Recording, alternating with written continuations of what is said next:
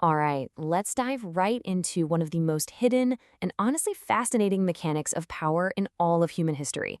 We're looking at Imperial China today, but we aren't going to be talking about the emperors or the legendary generals. We're talking about the shadow bureaucracy. 100,000. Let that number sink in for a second. By the end of the Ming Dynasty in the 17th century, that is how many castrated officials were operating in China. We're not talking about a handful of palace servants here. This was a massive, sprawling apparatus that effectively ran the entire empire. The Ming Dynasty really represented the absolute numerical and institutional zenith of this system. Which, of course, brings us to a really provocative question. How exactly did a system of servants transform into a massive shadow government? Popular history often paints these figures simply as corrupt, greedy individuals who just took advantage of weak emperors. But in this explainer, we're going to challenge that misconception. We're going to uncover the calculated political genius that was actually behind this whole system. Section 1. A staggering imperial statistic.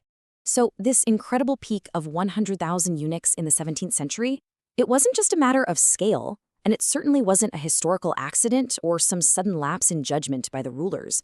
It was actually the culmination of a highly sophisticated political technology. And this technology was developed over 4,000 years, specifically designed to consolidate absolute autocratic authority. Section 2. Slaves to royal confidants. Let's trace how this happened.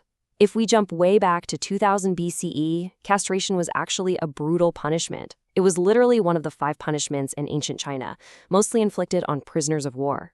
But watch how this shifts over time. By 771 BCE, we see these captives being used as inner court servants and harem guards. Then, around 200 BCE, it completely pivots into a voluntary path for social mobility, especially for impoverished families. And by 25 CE in the Eastern Han Dynasty, they're gaining major administrative power. So it's this crazy evolution from a brutal punishment to a highly calculated sacrifice for royal proximity. And we really have to acknowledge the immense physical cost here, ablation. It was the complete surgical removal of all external sexual organs, which was required for all Chinese court eunuchs. It's a deeply intimate, completely permanent physical sacrifice.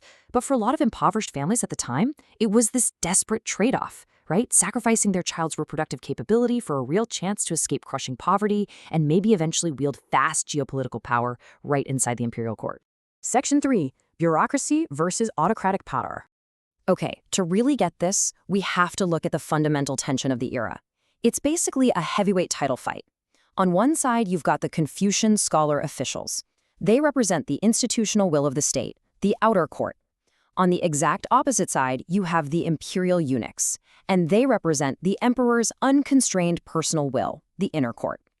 These two factions were just locked in constant, bitter tension. So let's break down this really delicate balancing act. Technically speaking, yes, the emperor's word was absolute law. But practically, if an emperor tried to force through something the bureaucrats hated, those officials wouldn't just sit there. They'd use veiled threats and protests. And if the emperor lost the support of the landed nobility entirely, he risked losing the mandate of heaven, which, make no mistake, was basically a death sentence for his entire dynasty. So how does the emperor bypass the official bureaucracy without triggering a full-blown revolt? He uses the eunuchs to force through his personal agenda. Section 4. The ultimate political technology. For a monarch seeking absolute control, relying on a castrated servant was just a brilliant, highly calculated solution to a massive political problem. And the reason is simple. They were alienated, dependent, and utterly loyal. Eunuchs were completely cut off from the hereditary nobility. Because of their physical condition, they literally couldn't have children or start rival dynasties of their own. Their entire status, their wealth, their very survival depended 100% on the emperor. And that made them the absolutely perfect, reliable counterweight to those powerful noble families. But, as you can probably guess, the nobles despised them for it. Listen to this intense quote from Huang Zongxi, a Ming Dynasty neo-Confucianist. He wrote, "Everyone has known for thousands of years that eunuchs are like poison and wild beasts." I mean, wow, that perfectly illustrates the bitter ideological clash going on here. The educated, scholarly elite absolutely loathed the emperor's shadow operators. However, we always have to take a step back and remember who actually wrote the history books.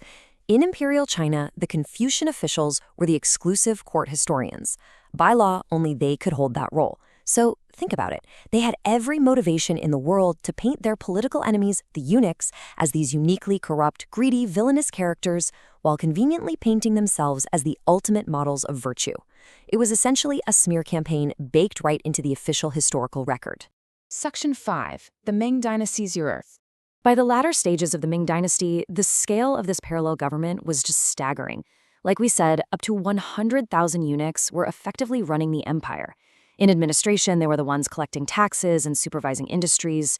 Over in security, they acted as interrogators and spies. In diplomacy, they commanded imperial fleets and ran foreign embassies. They completely bypassed and controlled the official state bureaucracy. And yeah, things got incredibly dark. Enter the Dongcheng, or the Eastern Depot. This was a formidable eunuch-led secret service branch created in the early 15th century, and it bypassed the standard judiciary entirely. Dictators like Wei Zhongxian and Wang Jun used this terrifying secret police force to arrest, spy on, and torture political opponents. It was all about maintaining complete and utter domination over the Ming imperial court. But we also have to contrast that domestic terror with their genuinely awe-inspiring capabilities abroad. You really can't talk about Ming Dynasty eunuchs without bringing up the Grand Fleet of Zheng He. He was a Muslim eunuch who became one of the greatest maritime explorers in human history. He commanded these massive Chinese naval expeditions that projected the emperor's power across the globe. Section 6. The Fall of the Shadow State. Just 470. That is all that was left. By the time the final imperial dynasty fell in 1912, that massive force of 100,000 had dwindled down to fewer than 500 individuals. The incredibly complex political technology that had sustained emperors for literally millennia evaporated right alongside the empire it was built to serve. Which leaves us with this final lingering thought. Was the eunuch shadow bureaucracy a stroke of absolute autocratic genius that successfully balanced power for thousands of years? Or was it the ultimate poison, a corrupting force that doomed the very empires it was built to protect? It really makes you think about the true historical cost of consolidating absolute power. Thanks for joining me on this explainer, and keep learning.